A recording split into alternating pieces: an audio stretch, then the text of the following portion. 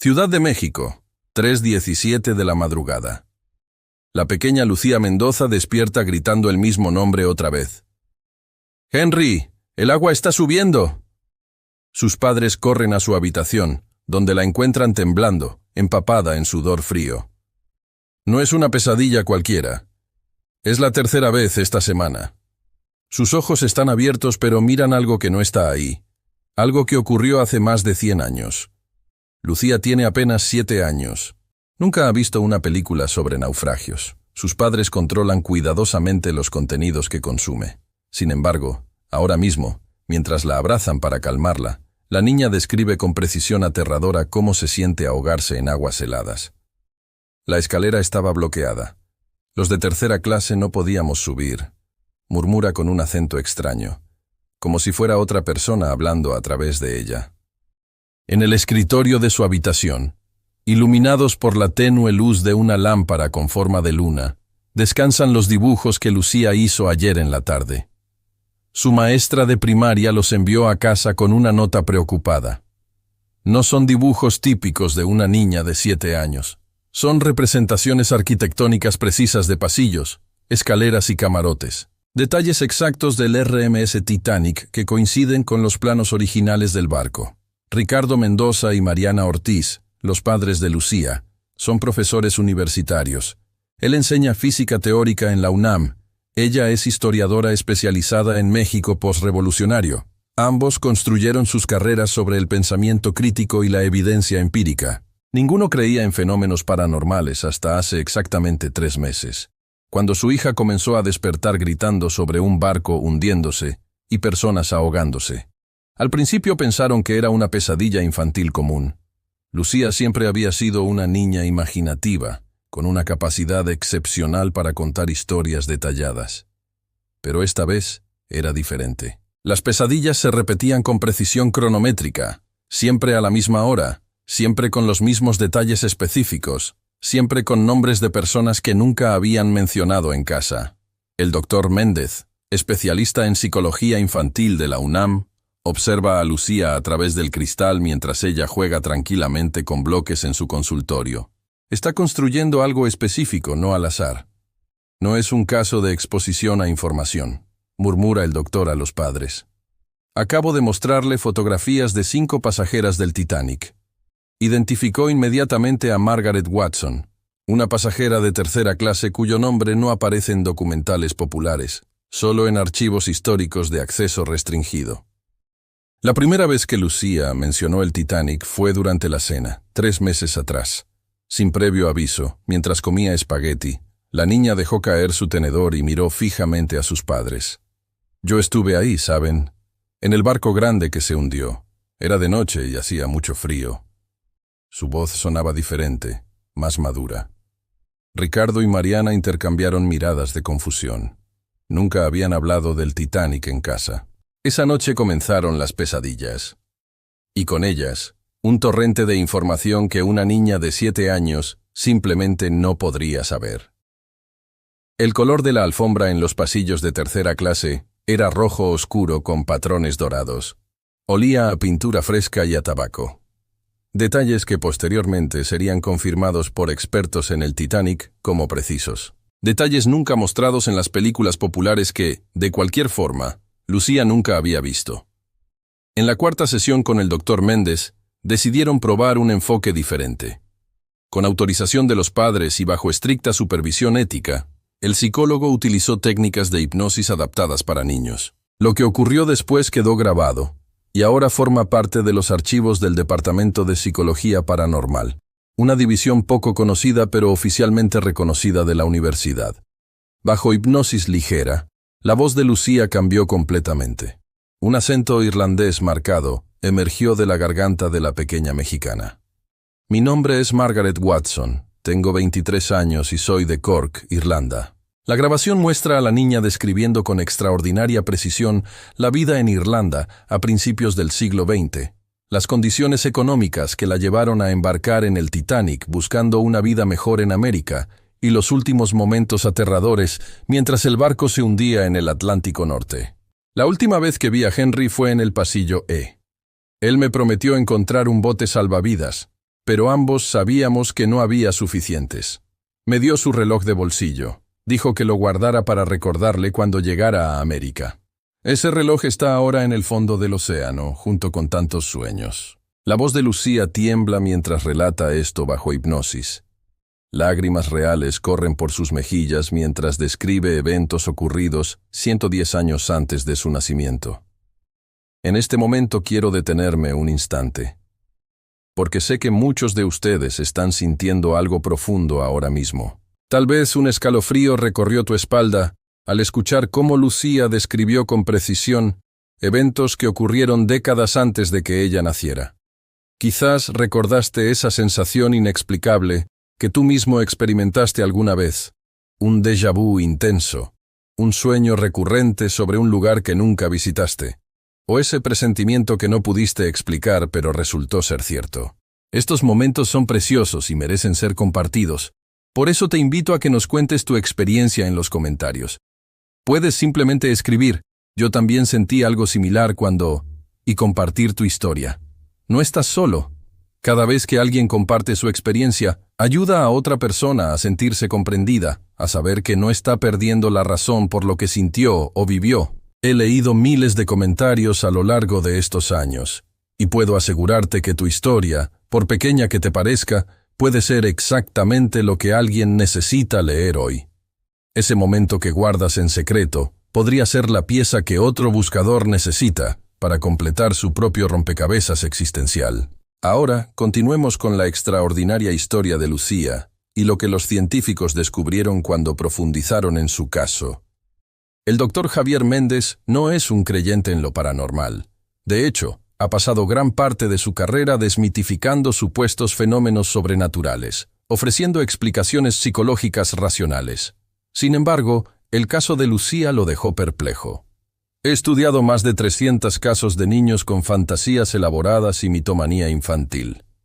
Este caso no encaja en ningún patrón conocido. Intrigado y desconcertado, el doctor Méndez contacta al doctor James Tucker, director del Departamento de Estudios sobre la Reencarnación de la Universidad de Virginia. Este departamento, fundado por el doctor Ian Stevenson en 1967, ha documentado más de 2.500 casos de niños alrededor del mundo que afirman recordar vidas pasadas. Muchos de estos casos incluyen detalles verificables que los niños no podrían haber conocido por medios convencionales. El doctor Tucker, un psiquiatra formado en el escepticismo científico, viaja a México para conocer a Lucía. Trae consigo archivos históricos originales del Titanic, incluyendo listas de pasajeros, planos detallados y fotografías nunca publicadas en medios masivos.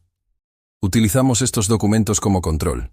Si la niña está simplemente repitiendo información que ha escuchado o visto en alguna parte, no podrá identificar elementos que nunca han sido de dominio público. La prueba se realiza en un salón neutral de la UNAM. Lucía, sin ninguna preparación previa, identifica correctamente la ubicación exacta del camarote de tercera clase donde supuestamente viajaba Margaret Watson. Dibuja de memoria un mapa preciso de las rutas de escape que intentaron utilizar los pasajeros de tercera clase cuando el barco comenzó a hundirse.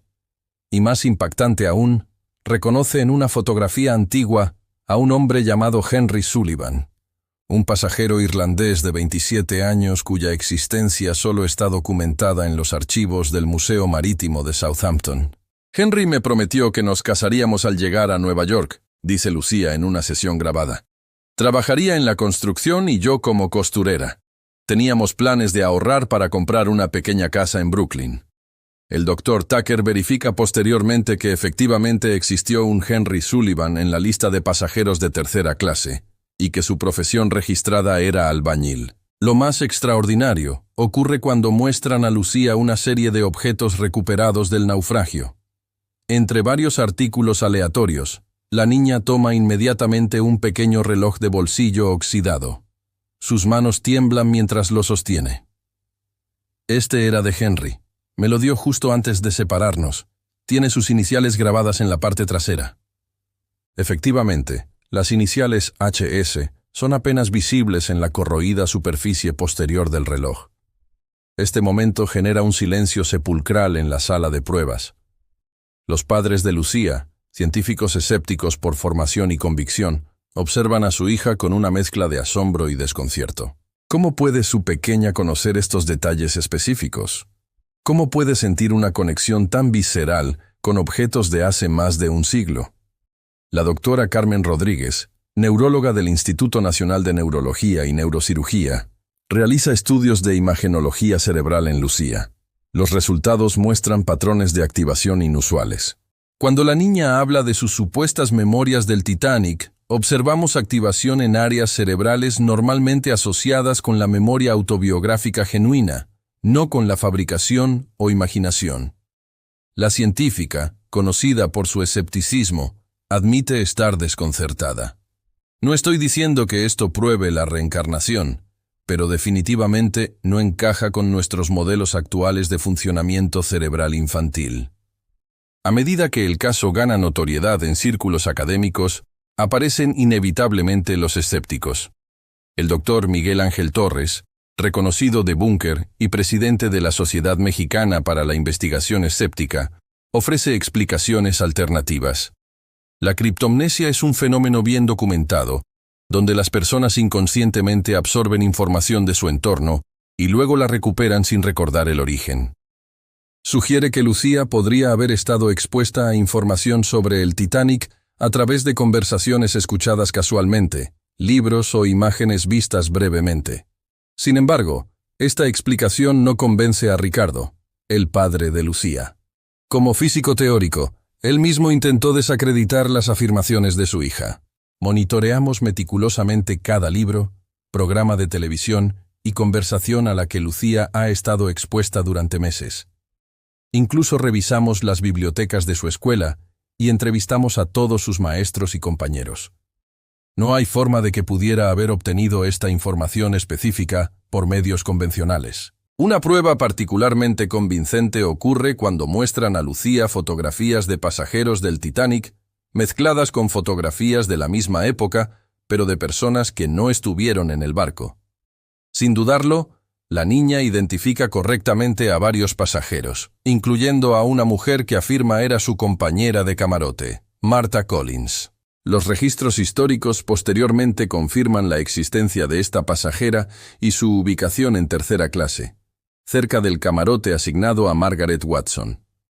Para descartar la posibilidad de una preparación previa o fraude, el equipo de investigación diseña pruebas con información que solo acaba de ser descubierta. En 2023, buzos explorando los restos del Titanic encontraron una maleta sellada con documentos parcialmente preservados. Entre ellos, una lista manuscrita de pasajeros de tercera clase, con sus asignaciones de camarote originales. Un documento que difiere ligeramente de los registros oficiales conservados en tierra. Esta información, apenas publicada en un journal académico especializado, nunca llegó a medios populares. Sin embargo, cuando dibujan para Lucía un mapa en blanco de la sección de tercera clase y le piden que ubique dónde dormía la niña, marca precisamente el camarote E58, coincidiendo con la asignación recién descubierta para Margaret Watson, según el documento recuperado del naufragio.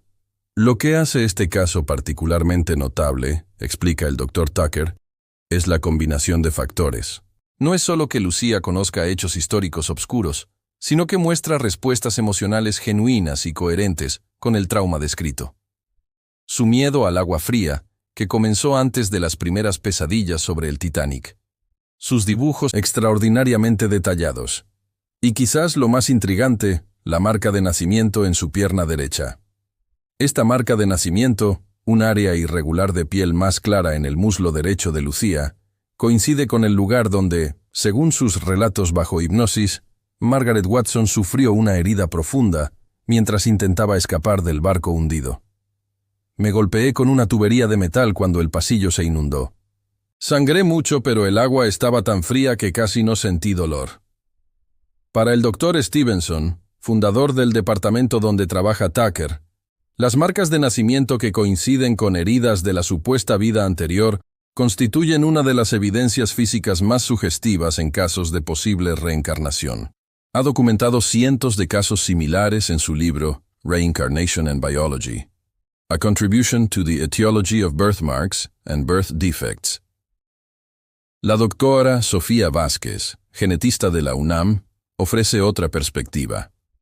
Existen teorías emergentes sobre la memoria transgeneracional, donde información traumática podría transmitirse a través de modificaciones epigenéticas. Explica que experiencias extremadamente traumáticas pueden causar cambios en la expresión genética que podrían, teóricamente, transmitirse a las generaciones siguientes. Aunque esto no explicaría conocimientos específicos como nombres o ubicaciones, podría explicar las respuestas fisiológicas y emocionales de Lucía.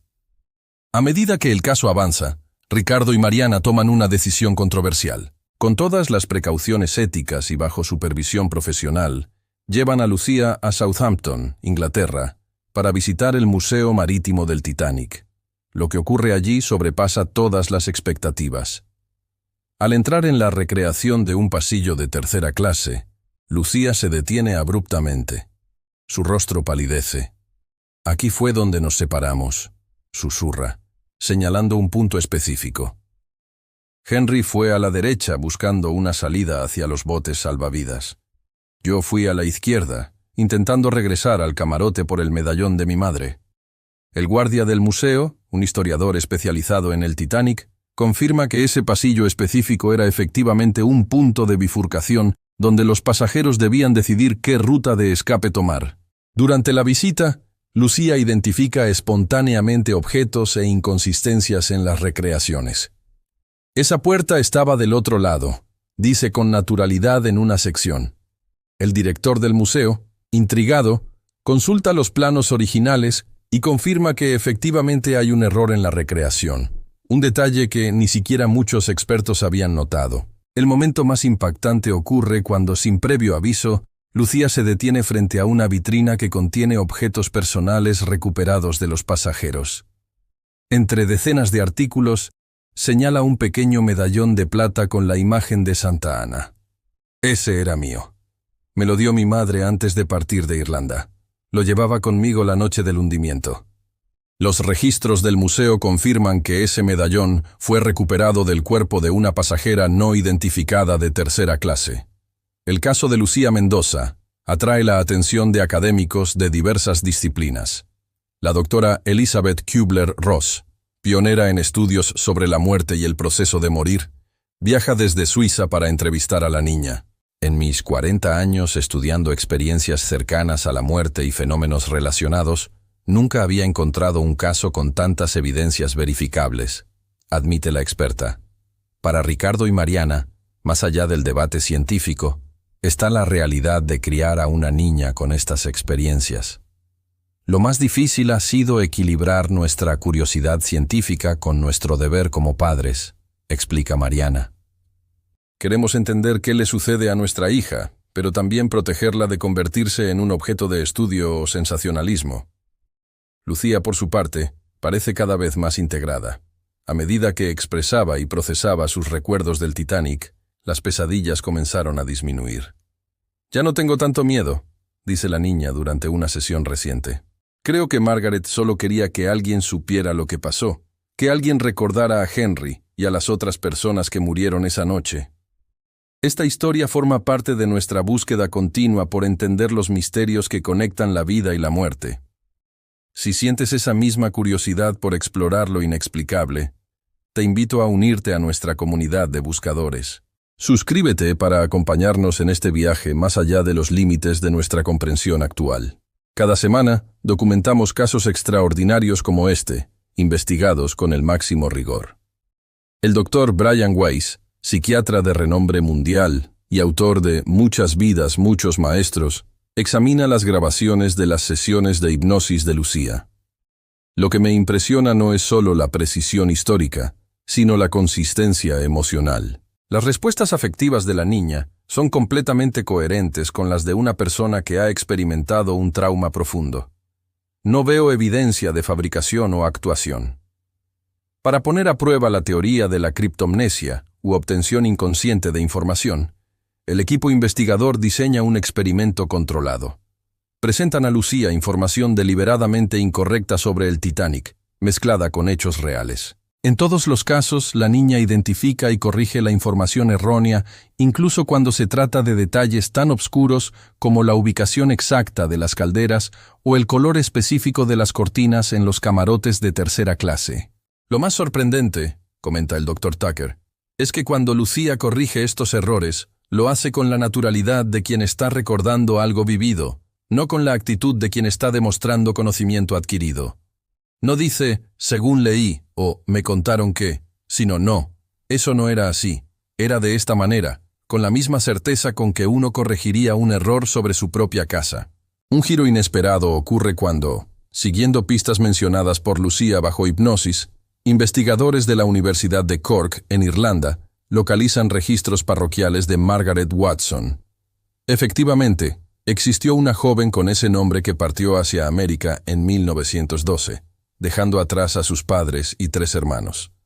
Más sorprendente aún, localizan a un descendiente directo de la familia Watson, una sobrina nieta de Margaret, llamada Siobhan O'Connor. Cuando muestran a Siobhan fotografías de dibujos hechos por Lucía representando la casa familiar en Irlanda, la mujer queda impactada. Es asombrosamente preciso. La ubicación de las habitaciones, el gran árbol de roble junto a la entrada posterior, incluso el diseño particular de la chimenea que mi abuelo construyó con sus propias manos. Nadie fuera de la familia podría conocer estos detalles. Siguiendo protocolos éticos rigurosos, organizan un encuentro entre Lucía y Siobhan. La reunión, documentada pero mantenida en privado para proteger la integridad emocional de la niña, resulta conmovedora. Sin presentación previa, Lucía reconoce inmediatamente a Siobhan. «Te pareces mucho a tu abuela, Catherine. Ella tenía los mismos ojos». Catherine era efectivamente el nombre de la hermana de Margaret, abuela de Siobhan. Durante la conversación, Lucía menciona espontáneamente un secreto familiar que según Siobhan solo conocían los descendientes directos, que el padre de Margaret había escondido un pequeño tesoro familiar, monedas de oro, bajo una piedra suelta junto al hogar, temiendo tiempos difíciles. «Padre me dio una para mi viaje a América», dice Lucía. «La llevaba en un bolsillo secreto de mi vestido la noche del hundimiento». Los científicos y escépticos continúan debatiendo el caso Mendoza.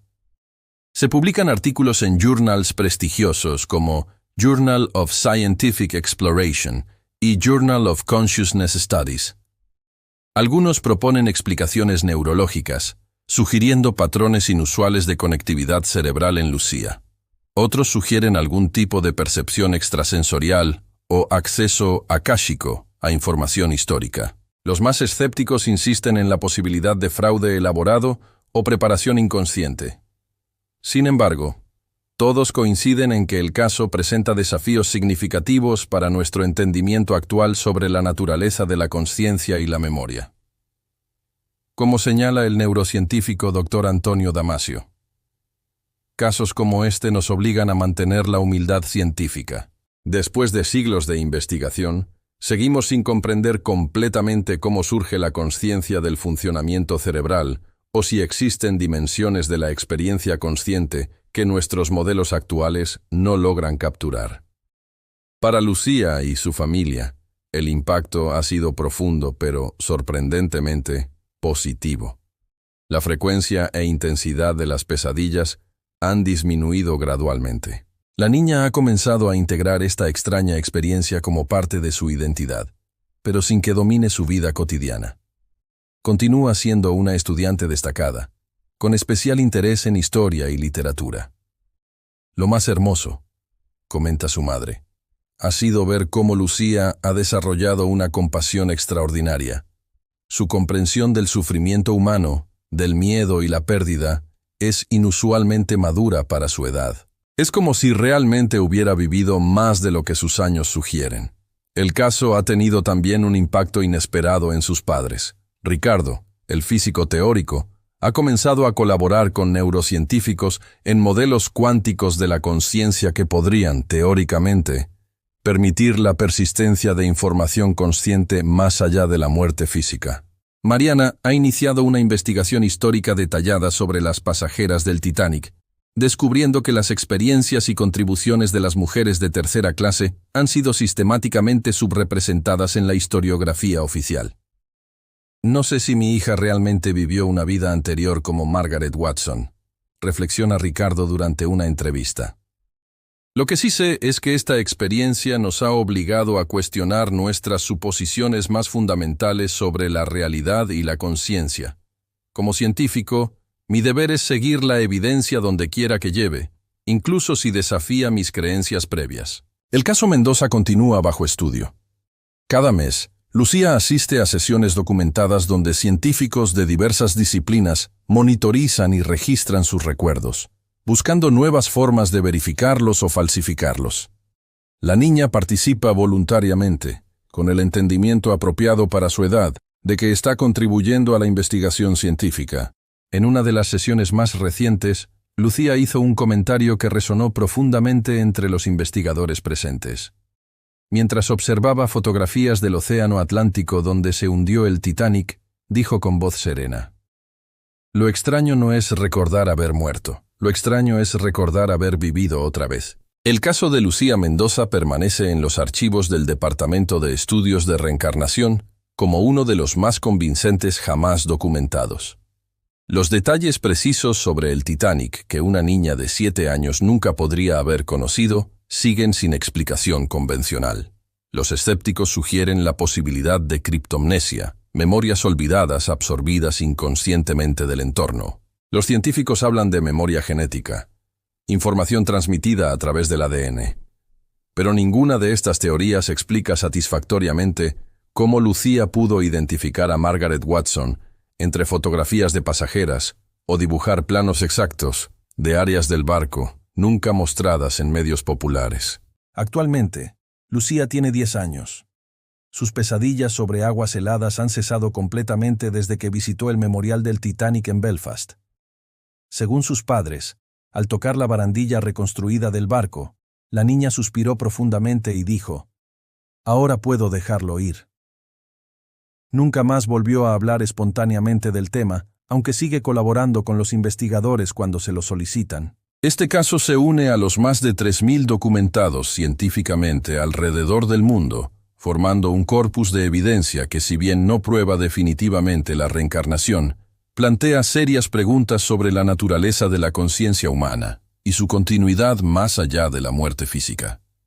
Quizás la muerte no sea el final del viaje, sino solo un cambio de vehículo en un camino mucho más largo de lo que jamás imaginamos. Las puertas de la percepción se abren brevemente en estos casos extraordinarios, permitiéndonos vislumbrar, aunque sea por un instante, la verdadera inmensidad del misterio que somos. La investigación sobre estos fenómenos continúa en universidades y centros de investigación alrededor del mundo. Cada nuevo caso documentado nos acerca un poco más a entender uno de los mayores misterios de la existencia humana.